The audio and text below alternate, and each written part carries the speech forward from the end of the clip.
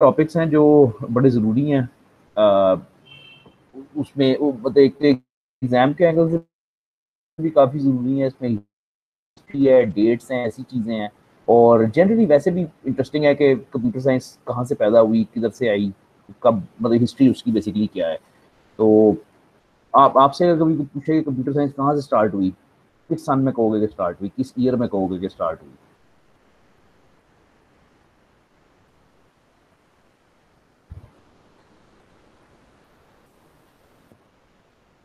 यानी नहीं पता, ठीक है। तो आ, ये पहले सबसे पहले लेके जाते हैं अबैकस के ऊपर, जो कुछ 400 साल, 500 साल, 1000 साल पुरानी एक डिवाइस थी, ठीक है। ये एंशियंट ग्रीक से बनाई थी अबैकस। तुमने बचपन में किताबों में भी देखा होगा, ये काउंटिंग की डिवाइस थी, कंप्यूटर नहीं है, मतलब कंप्यूटर से कोई लेना देना नहीं है। लेकिन क्योंकि ये कैलकुलेशन करती थी, ये काउंटिंग करती थी, ये चीज़ें जमा करती थी, करते सब कुछ हाथ से थे, लेकिन बहरहाल क्योंकि ये एक्शंस करती थी, इसलिए इसको मतलब रूट्स ऑफ कंप्यूटिंग में डाला होता है। हमारे कंप्यूटर से इसका कोई लेना देना नहीं है। उसके बाद तकरीबन 17th सेंचुरी में कह लो कि गियर्स की साइंस आई। इसमें फादर ऑफ कंप्यूटिंग आप कहते हो एक बंदे को जिसका नाम है चार्ल्स बेबेज, ठीक है। यूनिवर्सली एक्सेप्टेड है कि Charles Babbage father of computing है, जिसने फर्स्ट टाइम कंप्यूटर का कॉन्सेप्ट दिया। और इसकी जो डेट्स हैं वो मतलब 1800s हैं, मतलब ये 19वीं सदी में था, ठीक है। इसने गालबन यहाँ लिखा होएगा कहीं पे, इसने गालबन जो फर्स्ट कंप्यूटर का जो इसने कॉन्सेप्ट दिया था ना, नहीं दिया हुआ, नहीं दिया हुआ, अच्छा खैर। इसने जो he gave the first idea of a computer, ये जो था, this was called the analytical engine. अब क्योंकि लिखा नहीं हुआ, मुझे याद नहीं है सही, लेकिन आई थिंक कि 1870 की डेट के करीब है, ठीक है। गलत भी हो सकता है। तो ये इसको फादर ऑफ कंप्यूटिंग इसलिए मानते हो कि ये वो जो फर्स्ट बंदा था जिसने कभी भी कंप्यूटर नामी बला का किसी का कॉन्सेप्ट, सिर्फ कॉन्सेप्ट दिया, आइडिया दिया, ठीक है, आइडिया दिया। ये इसने बनाया नहीं था, ये तो समझना किसने बनाया था। ने सिर्फ एक आइडिया दिया था, एक कॉन्सेप्ट दिया था। जो कॉन्सेप्ट क्या होता है, जो कागज पेंसिल पे होता है, बेसिकली कागज पेंसिल पे इसने एक डिजाइन बनाया था, एक ऐसी मशीन का जिसका इसका ख्याल था कि जो चीजें जमा करेगी, मल्टीप्लाई करेगी, माइनस करेगी, इस तरह की चीजें करेगी। तो उस डिजाइन को एनालिटिकल इंजन कहते हैं। This design was made using gears technology.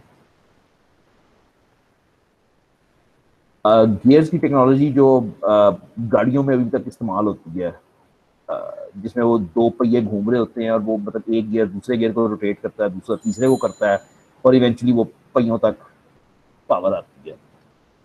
तो ये बात एग्रीड है कि first concept of a computer 1870 में दिया गया, जिसको एनालिटिकल इंजन कहते हैं, लेकिन बनाया नहीं गया, बना नहीं है ये बिल्कुल भी, ठीक है। सिर्फ कॉन्सेप्ट था, और बैबेज मर गया। बैबेज वो कॉन्सेप्ट दे के मर गया, क्योंकि टेक्नोलॉजी उस टाइम पे इतनी आगे नहीं थी कि उसको एक्चुअली बनाया जा सके।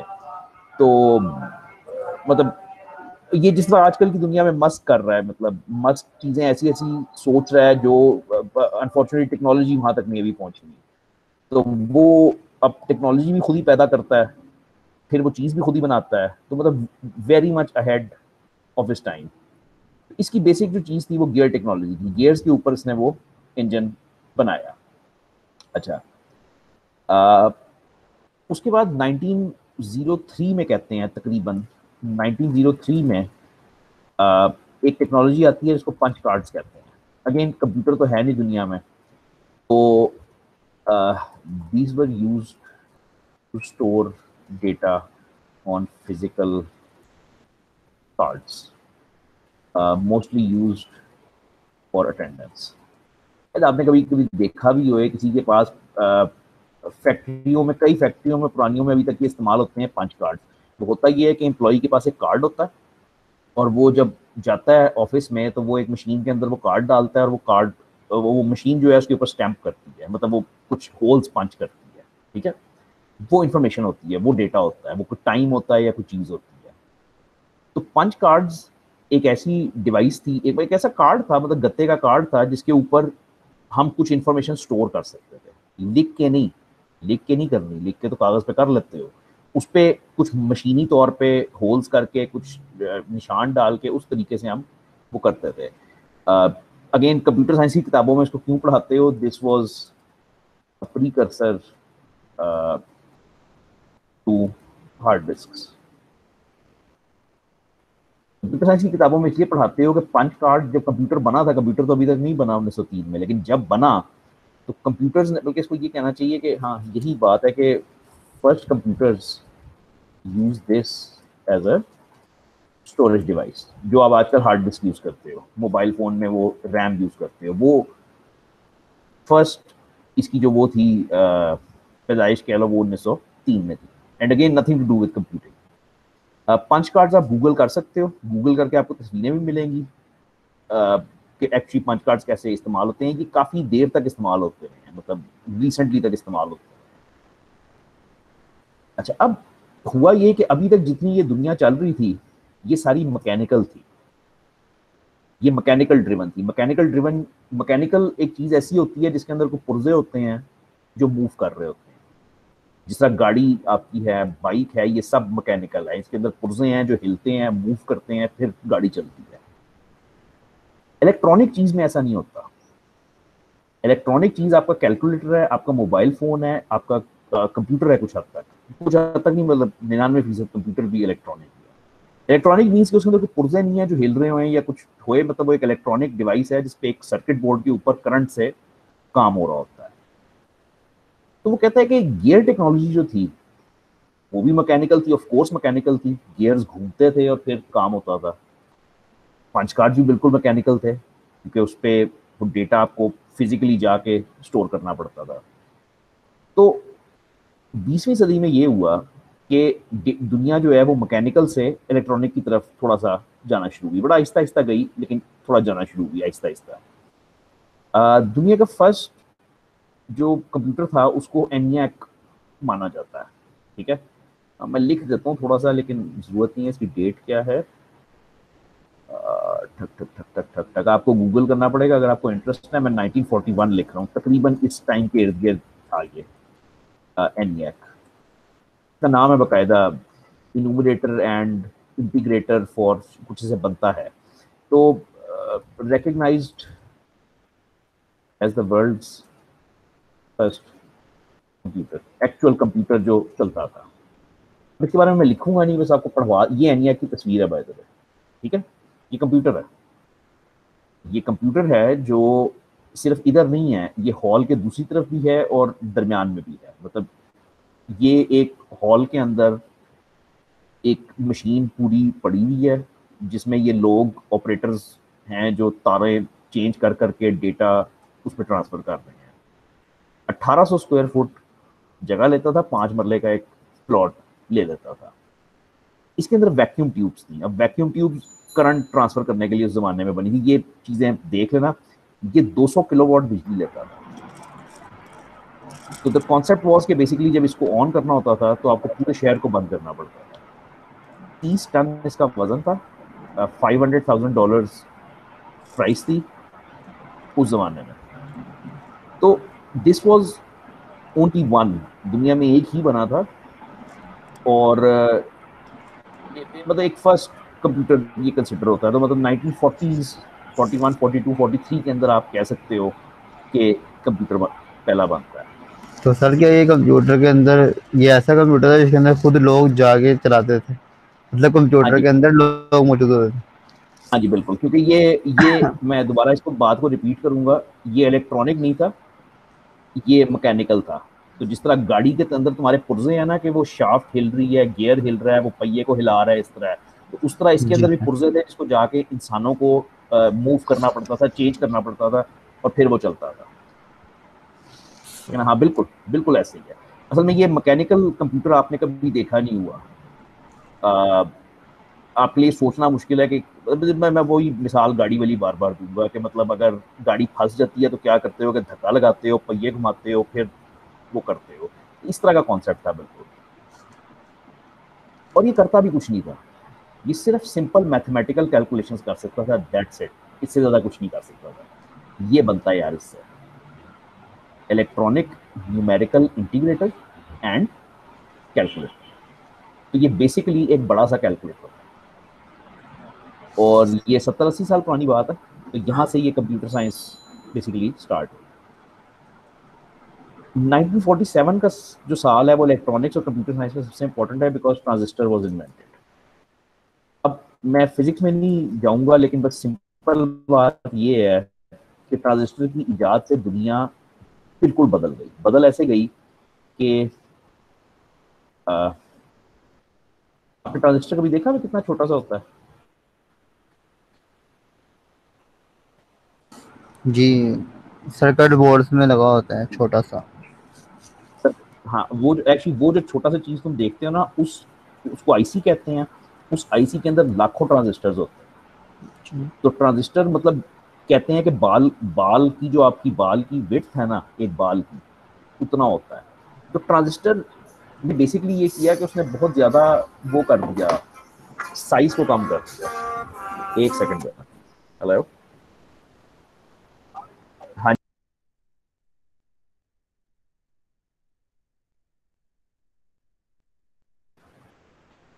आपको 2 मिनट होल्ड करना पड़ेगा, ठीक है, मैं आया।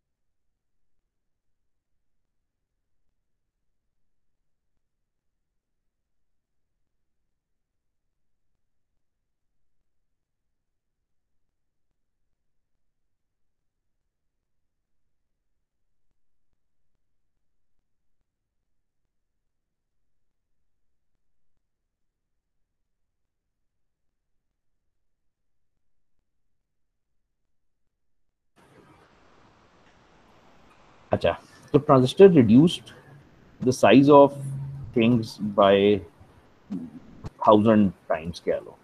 मतलब बेसिकली पहले एक vacuum tube, what a vacuum tube used to do before transistor can do now. और बात यह है कि वैक्यूम ट्यूब जो है वो एक कमरे के साइज जितनी थी। Vacuum tube was the size of a small room. Transistor is smaller than, क्या कहूँ, एक नमक के दाने से भी छोटा होता है।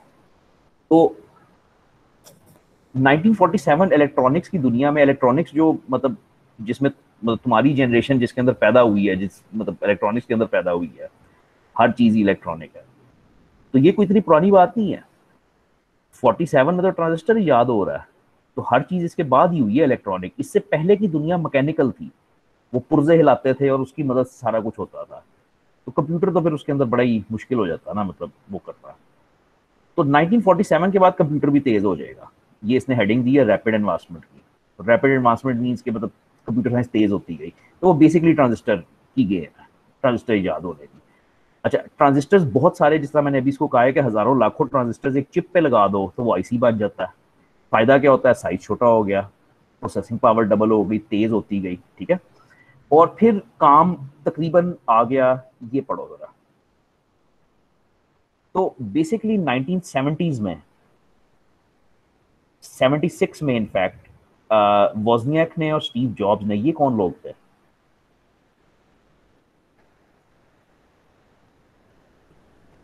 जॉब्स और वोजनियाक का नाम सुना ना?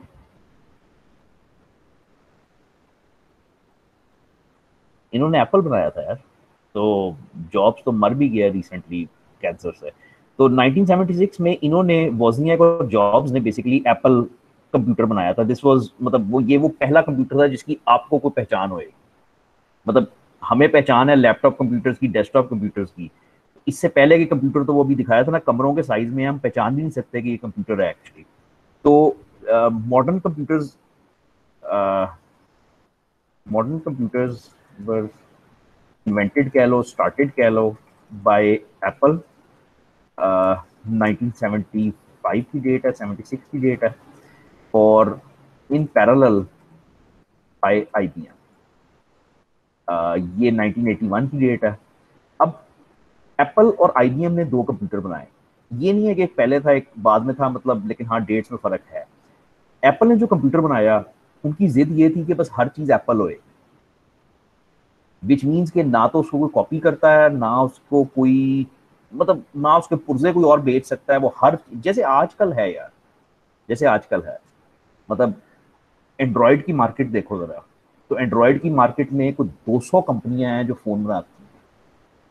ठीक है, मैं और आप, ज्यादा मुश्किल काम नहीं है, थोड़े से पैसों से एक फैक्ट्री लगा के हम फोन बनाना शुरू कर सकते हैं एंड्रॉयड का, नो प्रॉब्लम, एंड्रॉयड के ऊपर। अच्छा, इसी तरह से जरा विंडोज को देखो। विंडोज तुम किस किस लैपटॉप पे इंस्टॉल करते हो? लिनोवो पे करते हो, तो शीबा पे करते हो, डेल पे करते हो, HP पे करते हो। अगेन बहुत सारी कंपनियां हैं जो नीचे उसकी हार्डवेयर बनाती हैं। एप्पल में ऐसा नहीं है, अगर किसी को नहीं पता तो एप्पल के अंदर अपनी ही हार्डवेयर है, अपनी ही सॉफ्टवेयर है। ये इनकी जिद थी, जॉब्स की और वोज़नियाक की, कि हमने इसको ऐसे ही रखना है, और आज तक ऐसे ही रखा हुआ है। ठीक है, कंप्यूटर्स में, फिर लैपटॉप्स में, और अब आईफोन्स में, अभी तक मार्केट ऐसी रखी है। दूसरे हाथ पे जो IBM ने कंप्यूटर बनाया ना, इसको कह सकते हो कि this was a generic PC which everyone copied to create their own brands. यानी IBM तो पहली कंपनी थी जिसने ये बनाया था, लेकिन उसके बाद हर कंपनी ने इसको देख के वो उसको कॉपी करना शुरू कर दिया, उसको बनाना शुरू कर दिया। तो इसके बाद की कहानी, आप, मतलब बस खत्म हो गया तो, लेकिन बहुत लंबी कहानी है इसके बाद भी। आ, इसके बाद इन कंप्यूटर्स के ऊपर जो सॉफ्टवेयर लिखी थी वो माइक्रोसॉफ्ट ने लिखनी शुरू की। तो ये तो हार्डवेयर बन रही थी ना, इन्होंने मशीनें बनाई थी। तो सॉफ्टवेयर बाय माइक्रोसॉफ्ट, और यहाँ पे वो आपका जो प्रोग्रामर था, क्या नाम है बाबे का, अजीम बाबा है यार, कमाल है, बिल गेट्स। तो आ, इन मशीन्स के ऊपर, ये जो जेनेरिक मशीन्स थी, इनके ऊपर जो बेसिकली सॉफ्टवेयर चलाना शुरू हुआ, वो बिल गेट्स लिखना शुरू हुआ। बिल गेट्स ने ऑपरेटिंग सिस्टम लिखा जो आज तक हम, मतलब, गुलाम हुए हैं जिसके, विंडोज के। और एप्पल ने अपनी ब्रांड्स बनाई, वो अपना OS, iOS, OS X, वो मतलब अपने ही लॉन्च करते थे, उस साइड पे कोई गया नहीं। और ये दुनिया अभी तक ऐसी चल रही है। ये जो 81 में कंप्यूटर बना था, आज भी कंप्यूटर वैसा ही है, कोई खास चेंज नहीं आई। अब ये तुम्हें अजीब लगेगी बात कि कैसे चेंज नहीं आई 40 साल में। चेंज ऐसे नहीं आई यार कि जैसे आर्किटेक्चर जो है ना, वो चेंज नहीं हुआ। तुम इस तरह से कह लो कि जो घर घर का अगर एक आर्किटेक्चर बनाए, घर का एक डिजाइन बनाए, तो ज्यादातर ये बनता है कि एक गराज होएगा, एक ड्राइंग रूम होएगा, एक लिविंग रूम होएगा, एक किचन होएगा। इस तरह से हम एक डिजाइन सा बनाते हैं। ठीक है, वो नक्शा आज तक चेंज नहीं हुआ कंप्यूटर का, आर्किटेक्चर चेंज नहीं हुआ। i7 i9 प्रोसेसर भी उसी आर्किटेक्चर पे काम कर रहे हैं जो 81 में इजाद हुआ था। ठीक है, लेकिन हाँ, कंप्यूटर साइंस चेंज होएगी, कभी ना कभी तो होएगी। तो व्हाट नेक्स्ट, आगे क्या है, मतलब आगे क्या है, इसके आगे बड़ी मजेदार दुनिया है। मतलब इसके आगे क्वांटम कंप्यूटिंग है नंबर 1 पे। ये कंप्यूटर साइंस को बेसिकली चेंज करती है कि 40-50 साल से तुम एक ही तरह का कंप्यूटर चला रहे हो। यानी इसी तरह बिल्कुल जिस तरह तुम, गाड़ी जो थी, जो गाड़ियां सड़कों पे चलती हैं, ये 1913-14 में बनी थी पहली दफा, मेरा ख्याल है, यानी 100 साल पहले। और आज भी गाड़ी एग्जैक्टली वही है जो 100 साल पहले थी। यानी उसमें 3 पैडल होते थे, रेस दबाते थे तो इंजन के अंदर वो पेट्रोल जलता था, धमाका होता था, और वो इंजन आगे उसको खींचता था। ये बेसिक टेक्नोलॉजी थी जो पहले डीजल पे आई, फिर पेट्रोल पे आई, फिर गैस पे आई, लेकिन बहरहाल बेसिक टेक्नोलॉजी यही थी जो 100 साल तक चलती थी। अब आके 100 साल बाद इंसान ने उस इंजन को तब्दील किया, इलेक्ट्रिक कार्स बनाई। ठीक है। तो सिमिलरली कंप्यूटिंग की जो बेसिक्स हैं वो 40 साल पुरानी हैं और वैसी ही हैं अभी तक। तो नेक्स्ट इसके अंदर जो है वो बेसिकली क्वांटम कंप्यूटिंग है। ये गेम चेंजर है जो दुनिया को ही बदलता है। तो अगर इंटरेस्ट हो तो इसको पढ़ के देखो कि ये क्या है। दिस इज हेयर, ये मेरी और आपकी जिंदगियों में हम क्वांटम कंप्यूटिंग इस्तेमाल करेंगे। तो ये कोई ऐसा नहीं है कि बिल्कुल ही अनहोनी बात है। तो भी ये हिस्ट्री है। करना क्या है इसका, आपने बेसिकली डेट्स को देख लेना, बंदों के नाम देख लेना, जगह देख लेना, एमसीक्यूज में काम आती हैं। जैसे एनियाक से क्या बनता है, ये लोग थे जिन्होंने उसको इजाद किया था, सो ऑन। ये काफी मजेदार टॉपिक है, लेकिन ये है नहीं आपकी बुक में ज्यादा, क्योंकि ये 80s के बाद तो हिस्ट्री वो है जो बड़ी तेज चलती है। अच्छा भाई, अब यहाँ से चीजें थोड़ी सी ढंग की शुरू होती हैं। तो in computing we store everything as a zero और वन। ये सुना हुआ है आपने? तो ये जो सारी कंप्यूटर साइंस की दुनिया है जिसके थ्रू इस जी वक्त मैं और आप बात कर रहे हैं, एक्चुअली हम एक वीडियो कॉल के ऊपर हैं और हम आपस में बात कर रहे हैं। इस प्लेटफॉर्म पर 10-12 लोग बैठे हैं और हम काम कर रहे बाइनरी हैं। में। ये सारी दुनिया बाइनरी में। जी तुम अपने मोबाइल से एक तस्वीर उतारते हो बड़ी हाई रेजोल्यूशन की और उसको मुझे व्हाट्सएप करते हो, सब बाइनरी है, जीरो वन है। अच्छा, एक बाहर वाले बंदे को ये बात समझ नहीं आ सकती, नामुमकिन है समझ आना। ठीक है, एक बंदे को कैसे समझाओगे कि ये जो सारा काम वो कर रहा है, जो सारा कुछ बाकी रियल ये सब कुछ हो रहा है, वो जीरो वन है। अच्छा, इसको सही तरह से समझने के लिए पढ़ना पड़ता है। आपको ये पढ़ना पड़ता है कि क्यों वीडियो किस तरह जीरो वन है, ऑडियो किस तरह जीरो वन है, वो टेक्स्ट कैसे जीरो वन है, ये सारा कुछ कैसे जीरो वन में चलता है और प्रोग्रामर्स इसको कैसे संभालते हैं। मतलब basically we store everything as a zero और one. This is called a binary bit for short, and is the smallest building block sir, of इसे data। लो लेवल लैंग्वेज भी तुम कहते डेटा हैं। स्टोर करते हो,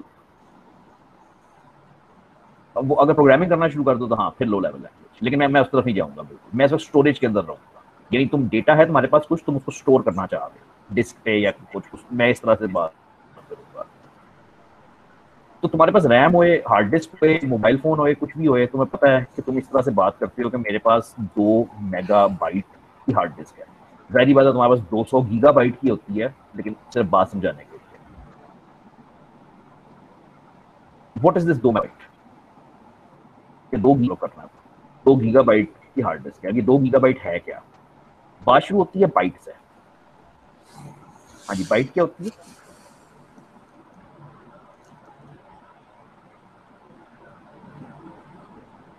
बिट्स बस। Bit क्या होती है? बिट होता है जीरो या वन, बाइनरी डिजिट। बिट होती है जीरो या वन। 8 बिट्स को इकट्ठा कर दो तो उसको कहते हैं वो एक बाइट बन गई, बस, इससे ज्यादा खास बात नहीं। ठीक है। अच्छा, अब बाइट को इकट्ठा करी जो केबी कर दो, किलो बाइट। तो किलो क्या होता है? 1 KB। नॉर्मली किलो क्या होता है? 1000 होता है, मतलब 1000 होता है ना, तो इधर 1024 बाइट्स। मेगाबाइट क्या होती है? 1024 किलोबाइट। गीगाबाइट क्या होती है? हाँ, 1024 1 मेगाबाइट। मेगाबाइट। तो इसके बाद शायद ना पता हो, शायद पता हो, टेराबाइट 1024 गीगाबाइट। GB। और इसके बाद मेरे ख्याल में पेटाबाइट होती है, लेकिन मुझे पता नहीं है। यहाँ तक बात नहीं पहुंच गई है, पेटा तक बात पहुंच गई है, लेकिन मुझे ये श्योर नहीं है। ये है पेटा, PET है इसको कहते हैं, पेटाबाइट। तो जब आप कहते हो ना कि आपके पास, मेरा पॉइंट बेसिकली ये है यार, कि जब आप कहते हो कि आपके पास 2 गीगाबाइट की हार्ड ड्राइव है, तो इसका मतलब है आप कह रहे हो कि आपके पास 2 × 1024 गीगा कह रहे हो ना।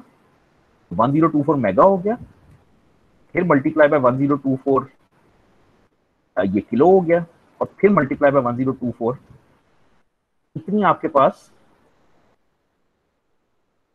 बाइट्स की स्टोरेज है। बाइट को समझने के लिए ना, you can think about it like के easily think about byte, you can consider that each character takes a byte. यार ये बातें ठीक नहीं है, ये बातें एक्यूरेट नहीं है, क्योंकि कोडिंग स्कीम के ऊपर डिपेंड करता है। लेकिन अगर तुम बहुत सिंपल करके सोचना चाहते हो तो ये जो एक हरफ तुम टाइप करते हो ना, वो ये जो एक हरफ तुम ए टाइप करते हो, बी टाइप करते हो, समझ लो ये एक बाइट ले रही हो। ठीक है, सिंपल एक्सपेरिमेंट करके देखो, नोटपैड पे फाइल बनाओ, हेलो लिखो, सेव करो, डेस्कटॉप पे कर लो, और इसका साइज देखो जाके क्या है। ठीक है, इसका साइज देखो जाके क्या है, और ये बन गई है 1 किलोबाइट की। अब ये मसला है, मैं तुम्हें कह रहा हूँ ना कि देखो ये स्ट्रिक्ट रूल नहीं है कि मतलब एक कैरेक्टर 1 बाइट है। ये 1 किलोबाइट की कैसे बन गई, 5 अरब है, 5 बाइट होनी चाहिए थी। तो इसमें फिर विंडोज आ जाती, बाकी चीजें आती। तो इसको रफ एक रूल समझना बस, जरूरी नहीं है कि 100% ठीक हो।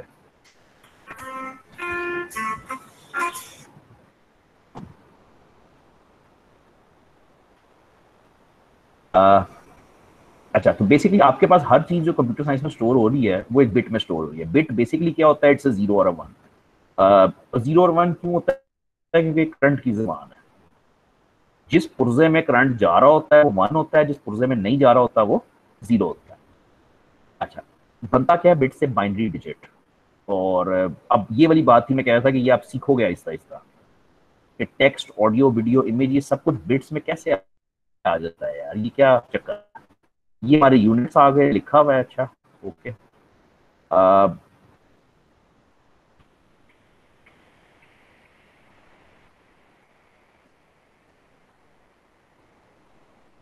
मैं ये सोच रहा हूँ कहाँ तक जाना है, तो मुझे देखने दो।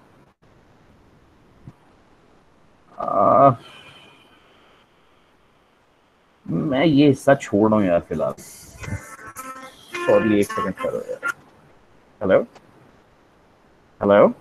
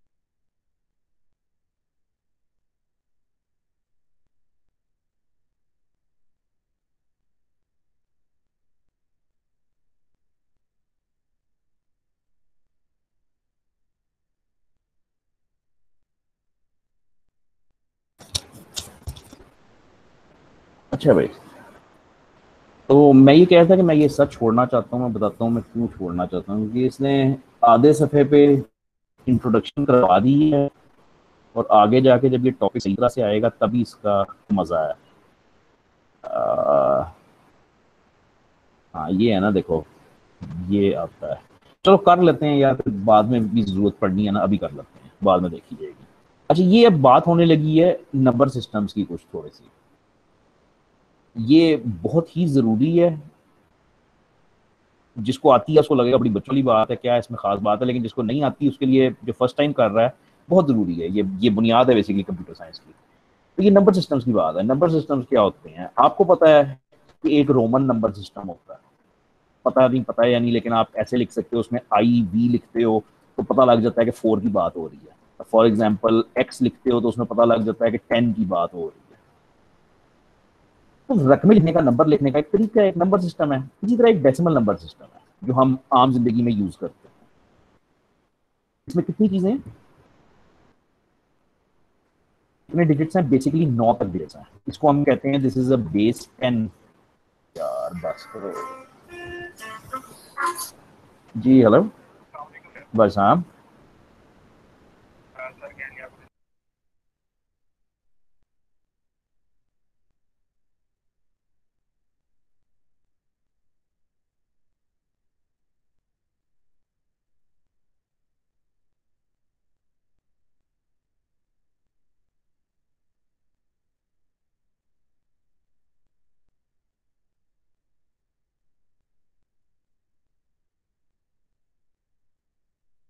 हाँ बिल्कुल, कुछ नो प्रॉब्लम, अल्लाह हाफिज। तो हम जो आम जिंदगी में नंबर सिस्टम यूज करते हैं उसको डेसिमल नंबर सिस्टम कहते हैं, जो हम आम जिंदगी में करते हैं। ठीक है, उसकी हम बेस 10 कहते हैं कि वो बेस 10 का नंबर सिस्टम है। बेस 10 का मतलब है कि उसके अंदर बुनियादी 10 चीजें हैं। अगर एक बच्चे को सिखा रहे हो नंबरिंग तो उसको 0 से लेकर 9 तक बेसिक चीजें सिखाओगे, ये डिजिट्स हैं। अब अगली जौन सी भी रकम उसने बनानी है वो इनकी मदद से वो बना लेता है। तो ये बेस 10 का ये मतलब होता है नंबर सिस्टम का। ठीक है, और नंबर सिस्टम्स का टॉपिक क्या है बेसिकली, अगर मैं लिखूं कि मैंने तुम्हें 13 रुपए देने हैं, ऐसे लिख दूं, या मैं ऐसे लिख दूं कि मैंने तुम्हें XIII पैसे देने हैं, तो पैसे तो दोनों केसेस में 13 रुपए मिल रहे हैं। लेकिन ये डिफरेंट नंबर सिस्टम्स में ये चीज लिखी हुई है, ये डेसिमल नंबर सिस्टम में लिखी हुई है, ये रोमन नंबर सिस्टम में लिखी हुई है। ठीक है, तो number system simply is a way of representing numbers in different ways. ठीक है, तो रोमन तो बिल्कुल ये एक समझाने के लिए बस बात की जाती है। हमारा ताल्लुक जो है वो बाइनरी से है, सारी बात है। बाइनरी जो है वो 0 1 की जबान है। बेस क्या हुई, 2। इसमें बुनियादी क्या चीजें हैं, सिर्फ वो हैं 0 और 1, दैट्स इट। तो आपको जो चीज सीखनी होती है बेसिकली वो एक नंबर सिस्टम से दूसरे नंबर सिस्टम में जाना, इसमें बेसिकली सीखना होता है। और मैं आपसे कहूँ कि बाइनरी एक वैल्यू दी हो है, उसको डेसिमल में लेके जाना हो है, तो वो कैसे लेके जाओगे। तो फॉर एग्जाम्पल मैंने तुम्हें एक बाइनरी वैल्यू दी हुई है 0 0 1 0 0।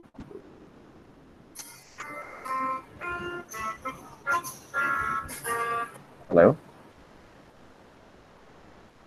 हेलो।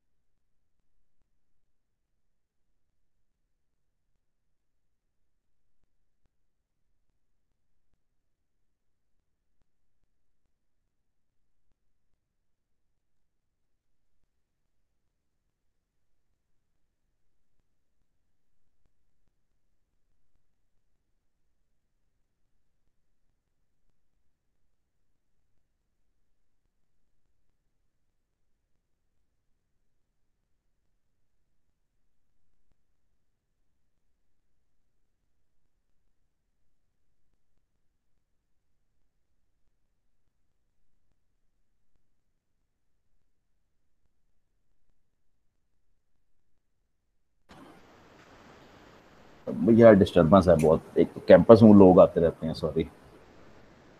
हाय, वापस चलते हैं। तो हम कोशिश करेंगे बाइनरी से डेसिमल सिस्टम में जाने की। हमारे पास एक बाइनरी नंबर लिखा हुआ है। बाइनरी नंबर की पहचान ये है कि उसमें सिर्फ 0 1 होएगा, जाहिर बात है, सिर्फ यही लिखा होएगा, ठीक है। अब इसको डेसिमल में कैसे कन्वर्ट करते हो? Very very very simple, right side से शुरू करते हो, ठीक है। और हर डिजिट के साथ 2 की पावर्स लगाते जाते हो, ठीक है।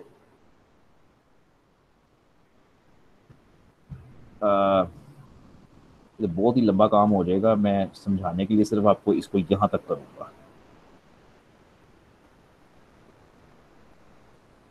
बाकी आपको प्रैक्टिस मैं भी करवा देता हूँ, लेकिन समझाने के लिए मैं सिर्फ ये 4 डिजिट का नंबर करूंगा, ठीक है। तो ये 2 की पावर्स लिखनी है, जो राइट साइड से शुरू करना है, तो ये 2 की पावर होएगी 0, ठीक है।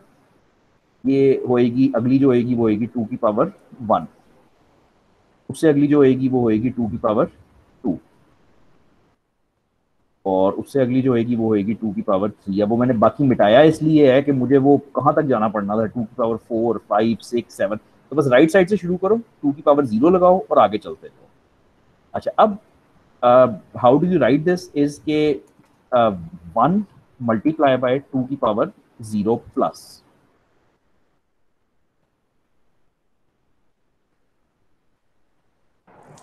सर ये हम 2 की पावर से ही क्यों इसको करते हैं? बेस 2 है, अगर बेस 5 का नंबर होता तो 5 लगाते, बेस 7 का नंबर होता 7 लगाते, बल्कि इनफैक्ट आगे जाके लगाना पड़ता है, मतलब इस सर सब्जेक्ट में तो नहीं आइडेंटिफाई लगाओगे। कैसे क्या चीज? कि इसमें बेस पावर कौन सी लगानी पड़ेगी, 2 की 5? अपने आप से ये पूछो कि बेस क्या होती है।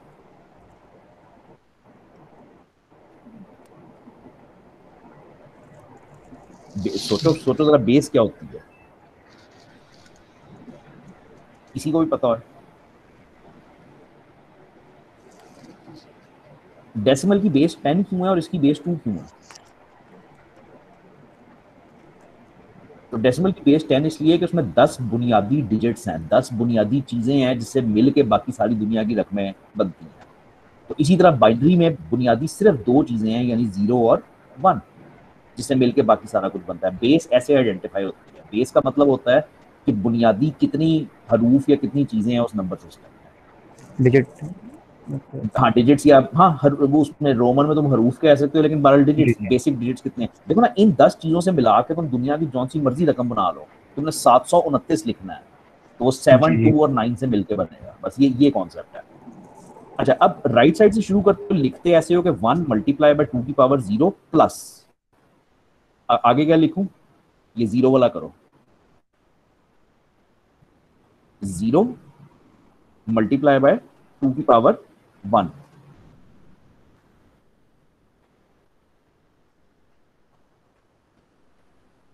या प्लीज आगे चलाओ जरा कैसे।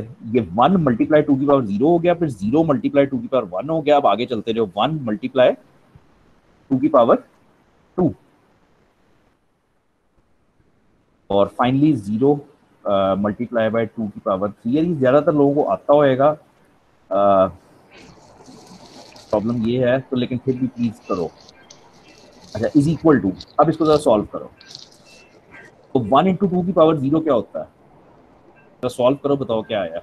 2 की पावर 0 0 हो जाएगी और 1 वन 1 1 वन 1 आएगा। जी। 1, 1 तो प्लस 2 की पावर 0 0 नहीं होगी, 2 की पावर 0 2। 1 होती है। ठीक है। किसी भी चीज की पावर 0 कर दो ना तो आंसर 1 आता है, तो ये 1 है, 1 मल्टीप्लाई 1 1 आ गया। अच्छा, आगे चलते जो जरा, प्लस, ये क्या आंसर आएगा? 2 की पावर 0। हाँ, इसको सोचने की जरूरत नहीं, क्योंकि 0 मल्टीप्लाई कर रहा है इसको, तो ये तो this will be of course 0 ना। अच्छा, चलते जो 4 4, और लास्ट। 0।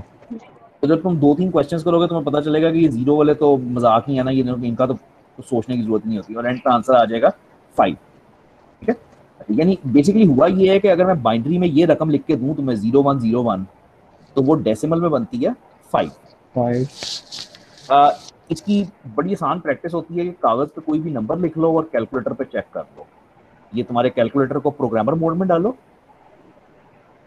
और यहाँ पे कोई भी नंबर ये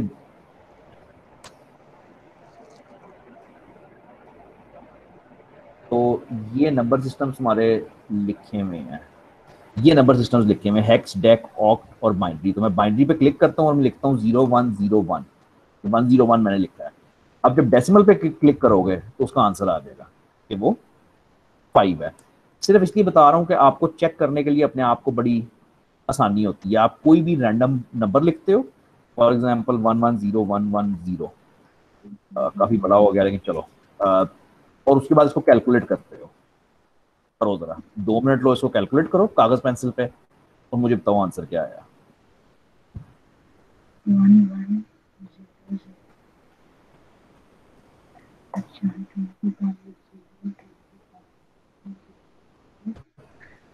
ये कागज पेंसिल पे होएगा भाई।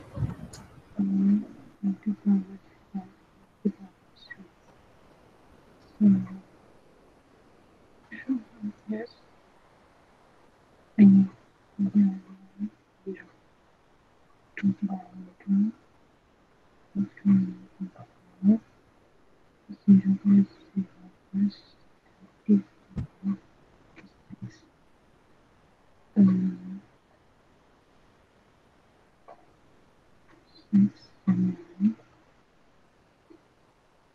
Hundred. पूरा 100? Yes. हो भी सकता है, 1110। नहीं, 100, 102, सॉरी। अच्छा, मैं इसको ऐसे चेक करूंगा कि मैं बाइनरी में जाऊंगा, 11001110 लिखूंगा और मैं डेसिमल पे क्लिक करूंगा तो ये 102 100। आता है, विच मीन्स बिल्कुल ठीक है। तो करते कैसे हैं, राइट साइड से शुरू करते हैं।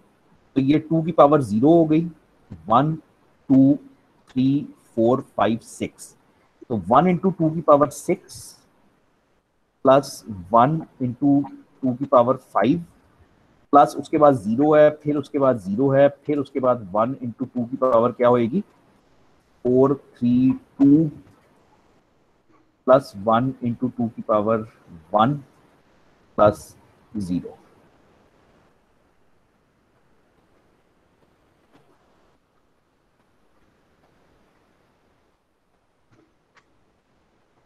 ठीक है भाई, मैं दोबारा एक दफा कर देता हूँ कि मैं इस राइट साइड से शुरू करता हूँ, इसको मैं लगाऊंगा 2 की पावर 0, फिर 2 की पावर 1 2 3 4 5 6 आ गया ना आखिरी।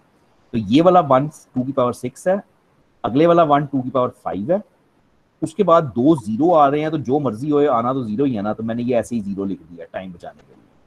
उसके बाद 2 की पावर 2 आ गई, उसके बाद 1 और उसके बाद एंड पे 0, इस सारे को टोटल तो ये 102 आता है। और गुड, बात खत्म, बिल्कुल ठीक है। अच्छा, अब जरा उल्टा आते हैं। उल्टा ऐसे आते हैं कि मैं आपको कहता हूं कि अब मैं आपको डेसिमल नंबर देता हूं, डेसिमल टू बाइनरी लाता हूं मैं आपको, ठीक है, और इसी 102 को ही पकड़ते हैं। तो फिर ये एलसीएम लेने का बेसिकली मेथड होता है, ठीक है। जैसे उसमें क्या करते थे, मल्टीप्लाई बाय 2 करते थे ना, इसको कैसे करते हैं, एलसीएम बाय 2 लेते हैं, ठीक है। अब वो एलसीएम यहाँ पे कागज पेंसिल पे लेना बड़ा आसान है, लेकिन मैं चलो कोशिश करता हूँ। तो पहले लाइनें लगा लें।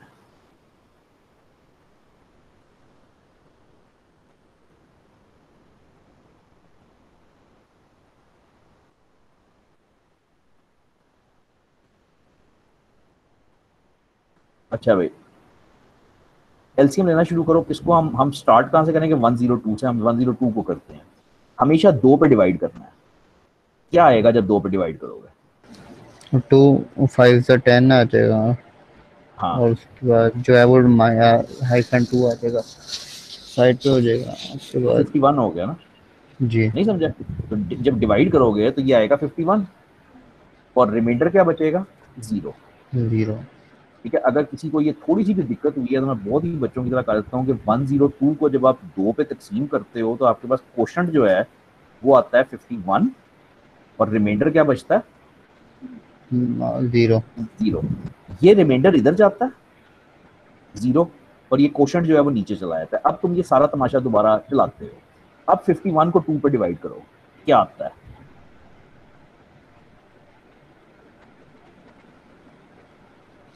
सर माइनस -1 बच जाएगा। और 45 और रिमाइंडर 1 बन जाएगा। 25 ना। जी हाँ, तो भाई 51 को 2 पे डिवाइड करोगे तो 25 होएगा और रिमाइंडर यहाँ पे 1 बच जाएगा। 1 बच फिर जाएगा। 25 को 2 पे डिवाइड करोगे, फिर रिमाइंडर 1 बच जाएगा। जब भी और नंबर होएगा 1 बचेगा, 12 आ जाएगा। फिर 12 को डिवाइड करोगे 0 तो 0 रिमाइंडर बचेगा, इधर 6 आ जाएगा। 6 को डिवाइड करोगे फिर 0, 3 तो है। यहाँ पे 3 आ जाएगा। 3 को डिवाइड करोगे तो 1 रिमाइंडर बचेगा और यहाँ पे आ जाएगा 1। जब फाइनली 1 को डिवाइड करो या ना करो तुम्हारी मर्जी है, करना है 1 को डिवाइड, क्या करना है करते कब तो नहीं पता नहीं यार, कर, हाँ करना है तो कर लो। मैं करोगे तो बेसिकली 1 आएगा। कुछ लोग करते हैं, कुछ लोग नहीं करते। यहाँ पे एंड पे फाइनली 0 आ जाएगा। खैर ये लास्ट स्टेप आपकी मर्जी है, करो ना करो। अब हुआ क्या है कि आपकी बाइनरी जो है वो ये बन गई है, यानी इसको रिवर्स पढ़ना होता है। अब रिवर्स पढ़ो इसको, क्या बना। 1 सर, ये 0 से स्टार्ट करना है कि 1 से स्टार्ट? कहाँ से, इधर से, इस 1 1 से, से। 1 1। 1 1 0 0 1 1 0। ठीक है, और ये वही था जो अभी हमने उस पे कैलकुलेटर पे चेक किया था। हमने तो क्वेश्चन ये किया था ना कि पहले इस नंबर को हमने कन्वर्ट किया तो 102 बना था, तो फिर वापस आए तो वो जाहिर बात है यही बनना था। कुछ पूछना चाहते हो प्लीज पूछो भाई। आ, पढ़ाया ये एक ही दफा जा सकता है, उसके बाद ये सिर्फ प्रैक्टिस है कि मैंने क्या क्वेश्चन देना है। आप रैंडमली बैठ के कुछ भी नंबर ऐसा लिख दो, कुछ भी नंबर लिख दो। अब इसको कन्वर्ट करो डेसिमल में, हमारे पास एक आंसर आएगा। अब उस डेसिमल नंबर को दोबारा कन्वर्ट करो बाइनरी में, वो क्या आना चाहिए, वो ओरिजिनल नंबर आना चाहिए। क्या ख्याल है। कोई भी रैंडम नंबर लिखो, उसको डेसिमल में कन्वर्ट करो, फिर उस डेसिमल नंबर को दोबारा बाइनरी में कन्वर्ट करो, तो तुम्हारे पास वापस वही आंसर आना चाहिए। नहीं आया, तुमने को कुछ गलती की है, फिर उसका एक एक स्टेप चेक कर। ठीक है, अब ये इंतहाई सख्त टॉपिक, इंतहाई ज़रूरी टॉपिक है इसका, कंप्यूटर साइंस का। बिकॉज मतलब सब कुछ है ही बिट्स और बाइट्स में ना, ये बहुत ज़रूरी होता है। मैंने ये भी करना था लेकिन ये रह गया, ये मैं नेक्स्ट टाइम कर दूंगा, नो प्रॉब्लम। और बस नेक्स्ट टाइम से थोड़ी सी स्पीड पकड़ेंगे, 4 4 5 5 टॉपिक एक दिन में करना शुरू करेंगे। ठीक है, आपके मिड टर्म का सिलेबस पता है आपको क्या है इसका? नहीं सर, अभी नहीं पता। आई थिंक 110 टॉपिक हैं। आई थिंक 110 इसमें, क्योंकि टॉपिक्स है ना, ये मॉड्यूल्स हैं, तो इसमें 110 मॉड्यूल्स मिड टर्म में आते हैं तकरीबन। वो टीचर बताता है एंड पे कि कितने आने हैं, लेकिन 110 के करीब आते हैं। तो बस अब स्पीड हमें पकड़नी पड़ेगी, 3 3 4 4 हम करके करेंगे। तो बेसिकली अब पढ़ के आया करो ना थोड़ा सा।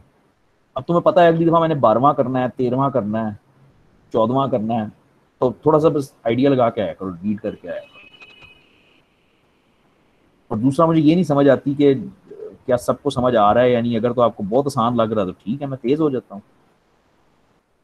वो कोशिश करो, अगर मुश्किल लगता है तो बताओ ज़रूर एटलीस्ट के प्रॉब्लम है। चलो